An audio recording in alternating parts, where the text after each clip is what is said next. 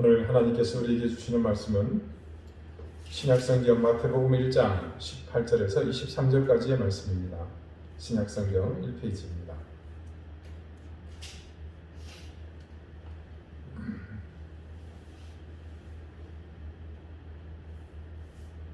마태복음 1장 18절에서 23절까지의 말씀을 제가 읽겠습니다. 이제 다 같이 자리에서 일어나셔서 하나님의 말씀을 경청하십시오.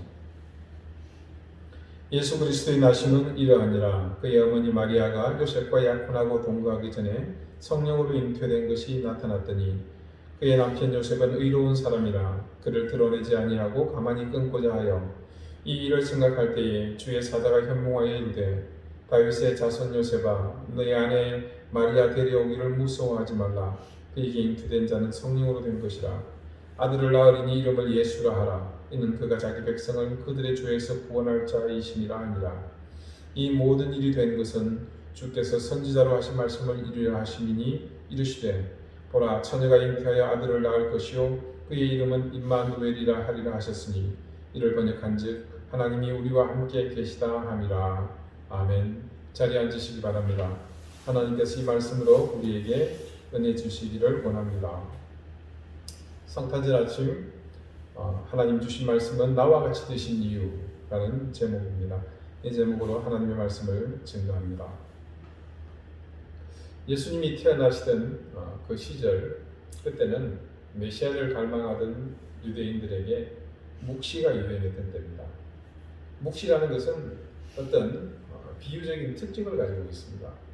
자, 일반적으로 이제 계시와 묵시를 혼동을 하는데, 계시는 모든 사람이 봐서 알 수 있는 겁니다.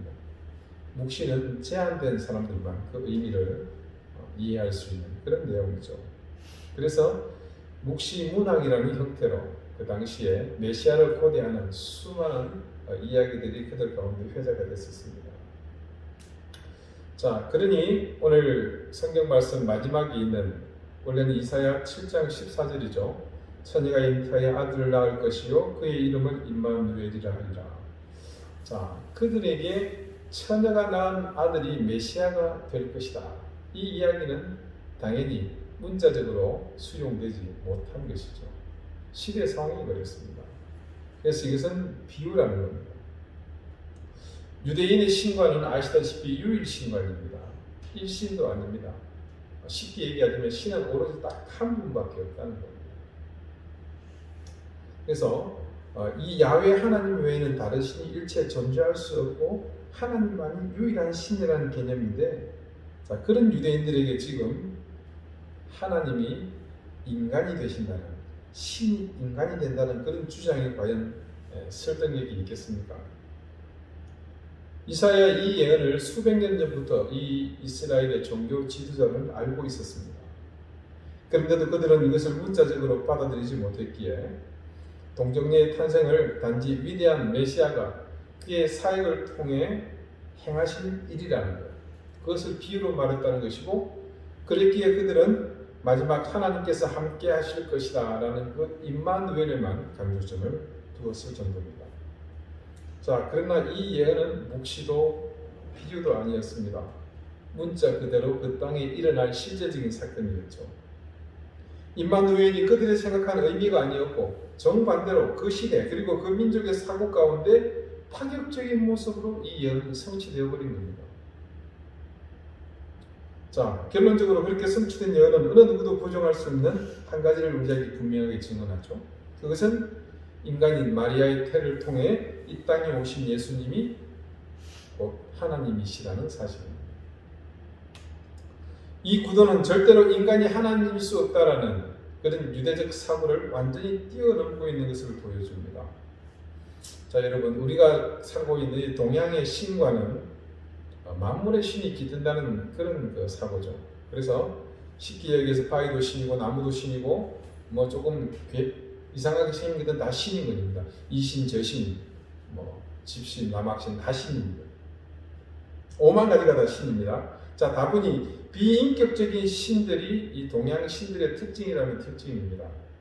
자, 그런 사고의 바탕 위에 인간이 신으로 왔다면 굉장히 환영할 일이죠. 충분히 가능합니다. 자, 서양은 반대로 신들이 상당히 인격적이죠. 가령 그리스 신화를 보면 이 신들이 자기들 소기의 목적에 따라서 인간의 모습을 입고 이 땅에 내려옵니다. 함께 거하기도 하죠. 그러니까 스스나 흠에, 성경에는 이렇게 되어 있습니다만 이게 제우스와 에르메스를 말하는 겁니다. 이들 인간의 모습으로 변장해서 인간 세상에 왔다는 주장, 충분히 서양의 신앙에서 받아들일 수 있는 내용입니다. 그러나 유대인들의 여호와 하나님은 이런 신들과는 차원이 틀립니다. 우리가 잘 아는 것처럼 인격을 갖추신 분이고 동시에 그분은 제한적이지 않고 무한하신 분입니다. 여러분, 동서양을 막론하고 모든 신은 이 우주라는 공간 안에 제한된 영역을 가지고 있습니다. 그런 존재죠. 근데 이분은 이 우주 따위에 깃들 만한 그런 존재가 아니시죠. 우주를 존재하게 만드신 그 근원이 되시지 않습니까? 하나님은 본질에서 이미 이 우주를 훨씬 더 초월해서 존재하시는 그런 분이십니다. 여호와 하나님에 대한 이 같은 지식을 가지고 있는 유대인들은 그래서 지구상에서 인간이 하나님일 수 있다는 생각이 있어서는 가장 폐쇄적인 민족이라 할 수 있습니다. 자, 하나님의 이름을 그들은 함부로 부르지 못했습니다. 그래서 인칭 대명사를 따로 만들었습니다.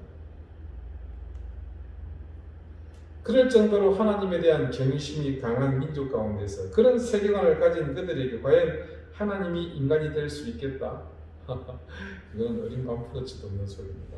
그런데 예수 그리스도께서는 자신을 가장 가까이 따르는 유대인들에게 자신의 삶과 주장 그리고 부활이라는 놀라운 사건을 분명히 보여주시면서 인간의 모습으로 오신 그분이 하나님이심을 정확하게 보여주셨습니다.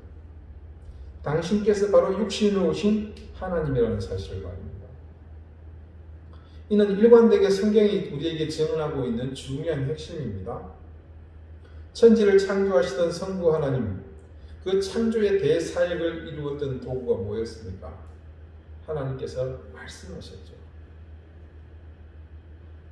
그래서 그것이 기록된 하나님의 말씀 첫 번째 사역입니다. 무엇으로요? 말씀으로 천지를 창조하셨다는 사실 말입니다. 그래서 요한은 그 말씀이 하나님과 함께 계셨다고 증언하고 있고 거기에 대하여 그 말씀이 이제 육신이 되었다. 즉 베들레헴의 마국간에서 그 밤에 이 땅에 태어난 그 거룩한 아기가 곧 하나님이시라는 사실을 밝히고 있습니다. 비단 요한뿐만 아니라 베드로도 바울도 분명하게 인간으로 오신 아기 예수님이 곧 하나님이심을 분명하게 못 받고 있는 것을 이 성경은 우리에게 생생하게 증언합니다. 자, 이렇게 그들이 증언할 수 있었던 이유가 뭐겠습니까? 바로 예수께서 그들에게 분명하게 당신이 하나님이심을 그들이 뼈에 사무치도록 정확하게 증언해 주셨기 때문에 그랬던 것입니다. 자, 보십시다. 너의 죄를 사하노라. 죄를 사할 수 있는 유일한 존재는 하나님밖에 없습니다. 내가 세상을 심판하러 오리라. 자, 이 역시 하나님이시기에 가능한 그런 선포입니다. 이 사실을 우리가 베들레헴에서 태어난 그 아이의 탄생이라는 그 사건에만 머물게 되면 더 이상 의미를 부여할 수가 없습니다. 자, 사실 그렇잖아요. 실제로 태어난 아기가 뭘 할 수 있겠습니까? 지금 피덩이에 누워있는 그 아기는 너무나도 무력한 존재입니다. 말구에 누워있는 그 아이가 뭘 할 수 있겠습니까? 아니 무슨 신비한 행동을 했겠습니까? 입을 열어서 내가 메시아다? 상상할 수 없겠죠. 그래서 울거나 아니면 눈을 감고 꼼지락거리면서 잠들거나 그러지 않았겠습니까? 젖을 먹여야 했고 죄송하지만 예수님 똥 싸고 오줌 싸고 그 기저귀 다 갈아야 했습니다. 자라면서 걸음마 가르쳐야 되고 말도 가르쳐야 되고 수많은 시행착오를 통해서 그 어린 예수는 조금씩 그냥 사람이 되어가는 겁니다. 그렇게 성장해야 했습니다. 자, 그런 현실을 두고서 그 아이가 하나님이라는 사실은 더더욱 유대인들에게 그리고 비판적인 불신자들에게 예수님의 기적과 그분의 초자연적 능력을 어필하는 것은 어려울 수 있습니다. 그러나 그분은 분명 하나님이셨습니다. 이 사실이 먼저 우리에게 분명하게 이해되어야 합니다. 하나님이 인간이 되신 이 성육신의 사건이 이 관문에서 온전히 이해되어야 복음의 모든 내용이 비로소 이해가 되기 때문입니다. 물론 우리는 이미 지식으로 이 모든 것을 알고 있습니다.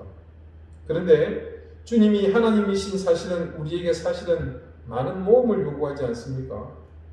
자, 그도 그럴 것이 예수님의 공생애는 늘 극단적인 반응의 연속이었습니다.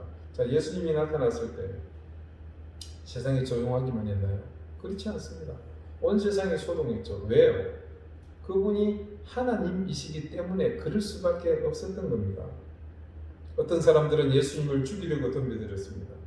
또 어떤 사람은 그 앞에서 두려워 떨었습니다. 그리고 많은 사람들은 그분 앞에 즉시 엎드려서 경배하는 것을 볼 수 있죠. 그런 현상이 나타나는 것은 당연한 겁니다. 왜 그렇다고요? 그분이 하나님이시기 때문입니다. 그래서 누구든 선택은 오로지 한 가지밖에 없습니다. 떠나든지 수용하든지. 그렇다면 우리의 선택은 분명해지죠. 그분의 주장이 옳다면 이제 나의 모든 삶을 어디에 두어야 하는 겁니까? 하나님이신 그분에게 둘 수밖에 없잖아요. 자, 이 시대에는 입술로만 예수님을 믿는 사람들이 참 많죠. 예수님이 누구신지 다 안다고 말합니다. 그렇지만 그 삶의 근본은 전혀 변함이 없습니다. 영혼의 위기도 그리고 지속적인 삶의 변화는 더더욱 기대하기가 어렵죠. 이유가 있습니다. 그것은 스스로 예수 그리스도를 믿는다고 혹은 잘 안다고 말하지만 이들은 실제로 예수님이 우리와 함께 하시는 하나님이시라는 의미를 제대로 깨닫지 못하고 있기 때문입니다. 그래서 우리 믿음의 시작, 예수께서 내 인생의 구주가 되시는 그 사실을 믿는 믿음의 시작은 바로 오늘 이 자리, 하나님이 인간이 되어 태어나신 이 성육신의 의미를 제대로 깨닫는 그 자리에서부터 시작입니다. 결국 우리가 이 베들레헴의 마국간에 대한 이해가 부족하면 우리 역시 입술로만 주님을 믿고 아는 그 수준에 머물고 맙니다. 하나님이 인간이 되신 이 성육신의 사건이 펼쳐지고 있는 이 베들레헴의 마을 무교를 통해서 과연 주님은 우리가 깨닫기를 원하시는 게 무엇일까요? 우리는 이 요구는 우리가 이 성탄의 가운데로 들어올 것인가 아니면 영원히 우리의 입술로만 주님을 구주로 믿는다고 말하는 구경꾼이 될 것인지 그 방향을 결정하는 중요한 요청입니다.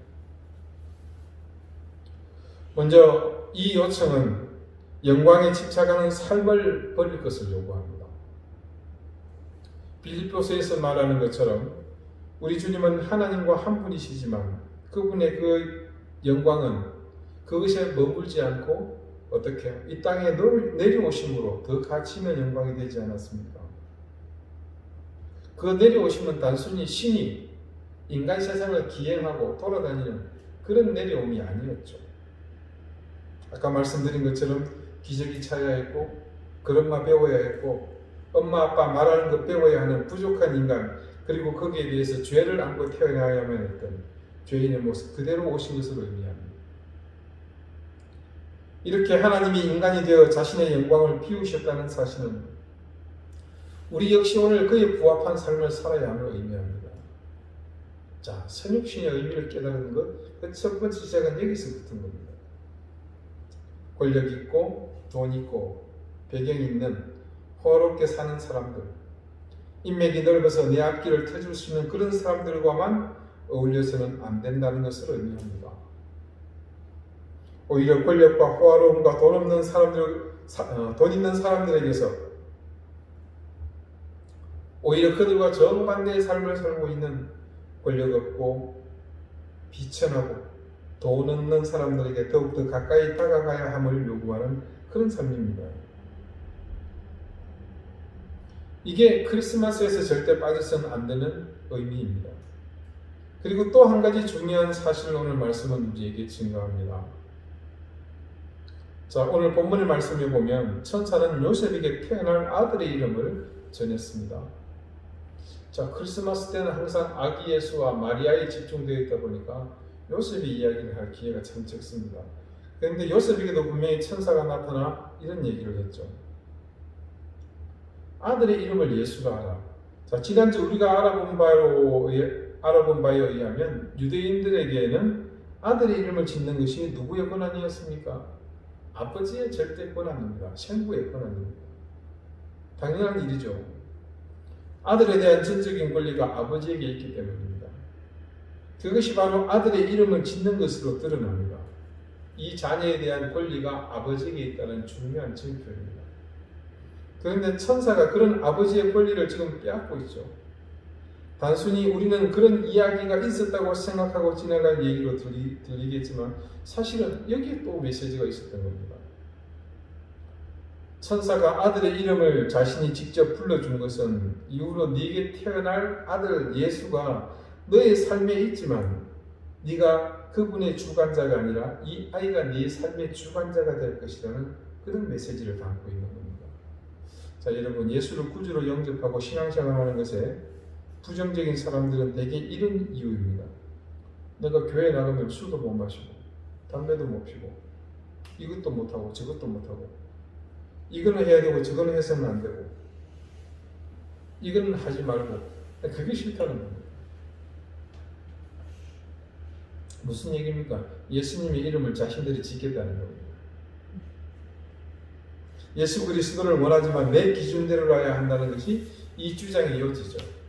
하지만 천사는 말하기를 그분이 우리 삶에 오시면 우리가 그분을 통제하고 다스리는 것이 아니라 그분이 우리를 통제하신다고 했습니다. 자, 그래서 우리가 주님께 나가려면 모든 자신의 조건을 내려놓아야 합니다. 만약에 뭐 하면 순종하겠습니다. 만약에 뭐 하면 그렇게 하겠습니다 라고 말할 그 권리를 버려야 함을 의미합니다. 우리의 순종에 조그마한 조건이라도 다른다면 그것은 그 순간 순종으로서의 가치는 모두 잃게 됩니다. 그것은 주님은 제 인생의 주인이 아니라 조력자이십니다. 주님의 권위를 기쁘게 받아들이고 저는 최선을 다해 주님의 의중을 존중하겠습니다. 라고 정중하지만 사실상 주님을 거부하는 것과 같습니다. 예수님께서 나와 함께 계시기를 진정으로 바란다면 내가 마음대로 인생을 결정할 그 권리를 내려놓아야 합니다. 어떻습니까? 참, 이것은요, 요즘 시대 같은 아주 처절한 경쟁 사회에서는 어쩌면 가장 어리석은 선택이 될 수 있습니다. 그러나 그리스도인으로 살기 위해서 우리는 반드시 먼저 이것을 결단해야 합니다. 쉬운 문제가 아니죠. 이 세상에서 자기 중심을 벗어나서 우리가 어떻게 살아갈 수가 있겠습니까? 그런데 주님께서는 제자들에게 먼저 말씀하십니다. 아무든지 나를 따라오려거든 자기 자신을 부인하고. 세상은 모든 것을 자신이 중심이 되도록 가르칩니다만 더군다나 지금 같은 시대에는 어느 때보다도 그 가치가 최고신 시대입니다. 자, 이런 세상에서 과연 우리가 그리스도의 소명에, 이 부름에 과연 충실할 수 있을까? 정말로 힘든 길입니다. 그래서 이런 시대 속에서 예수님을 내 삶의 중심에 모시기 위해 결단이 필요하고 그 결단에 이르는 용기가 우리에게 필요한 것입니다. 여러분, 나 자신을 아는 것은 참 필요합니다. 많은 철학자들이 평생 그것을 고민하지 않습니까?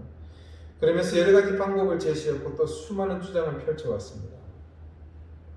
자, 지금도 수없이 많은 사람들이 자아를 찾고자 다양한 시도를 하면서 나름대로 구도의 길을 걷고 있지 않습니까?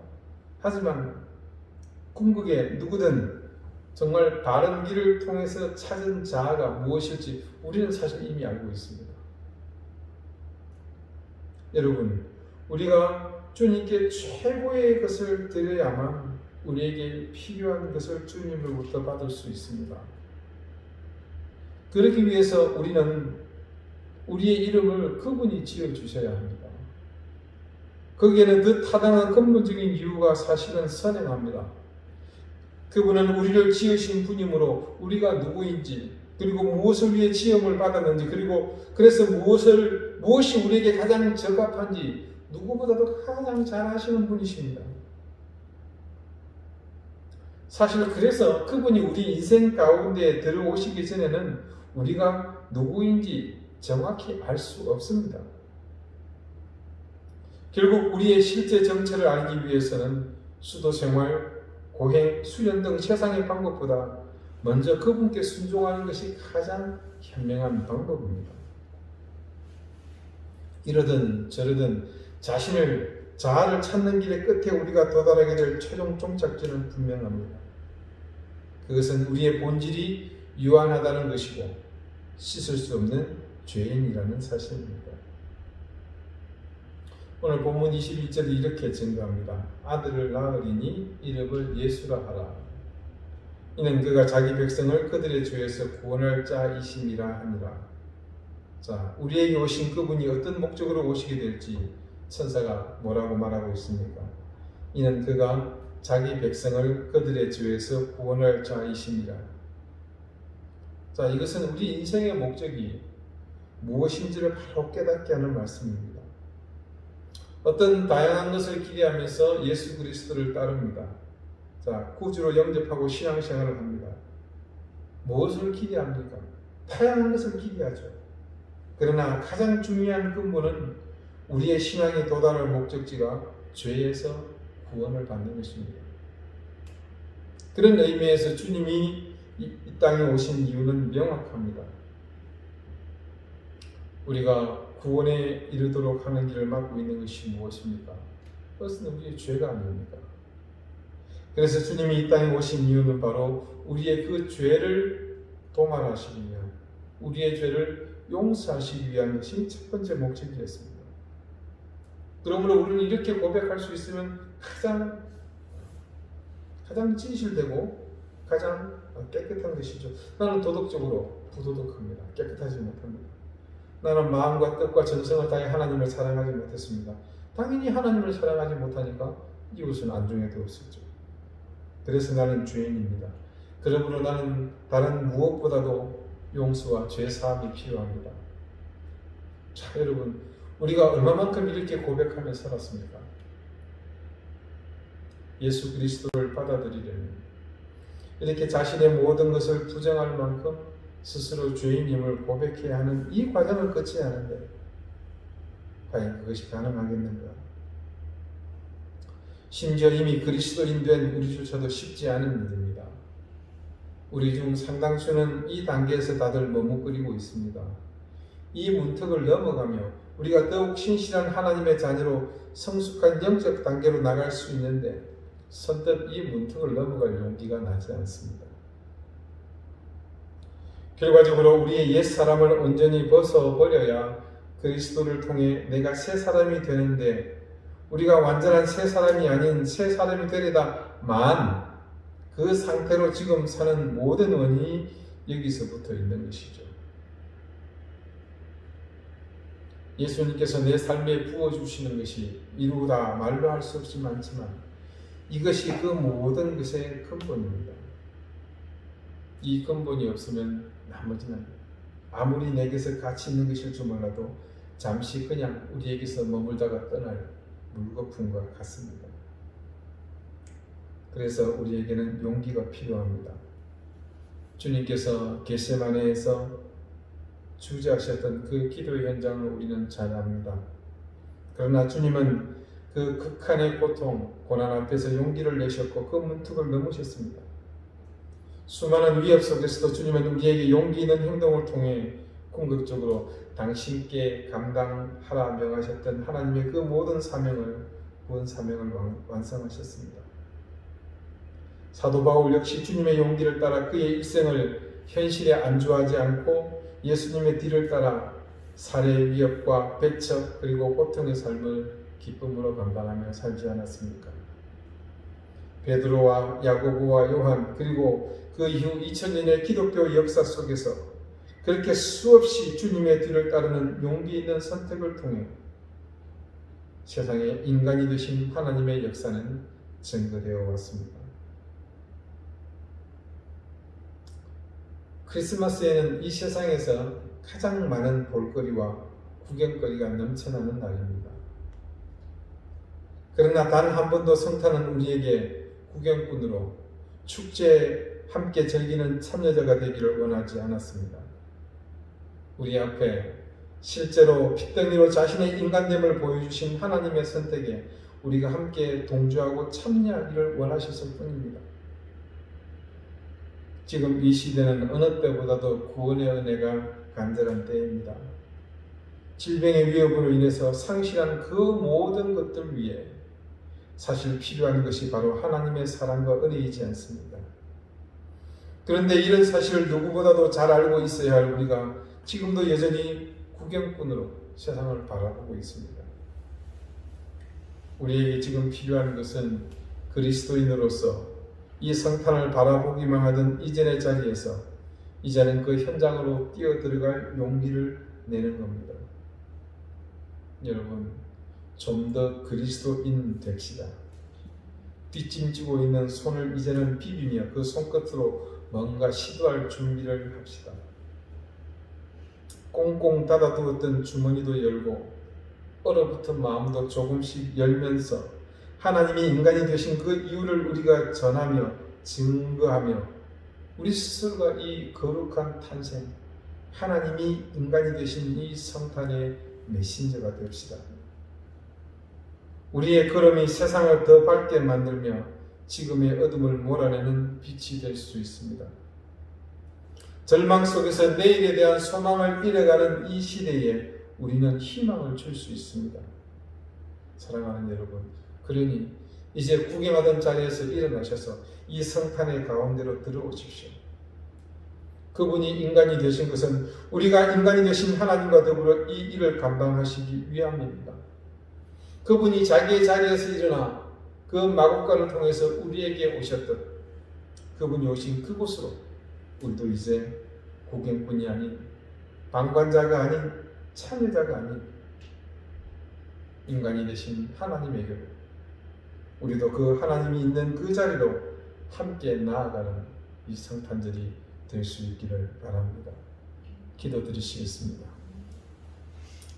우리에게 오신 하나님, 거룩하심을 얻고 죄를 입으시고 모순과 한계 속으로 오신 그 은혜를 기억하는 이 성탄이 되기를 원합니다.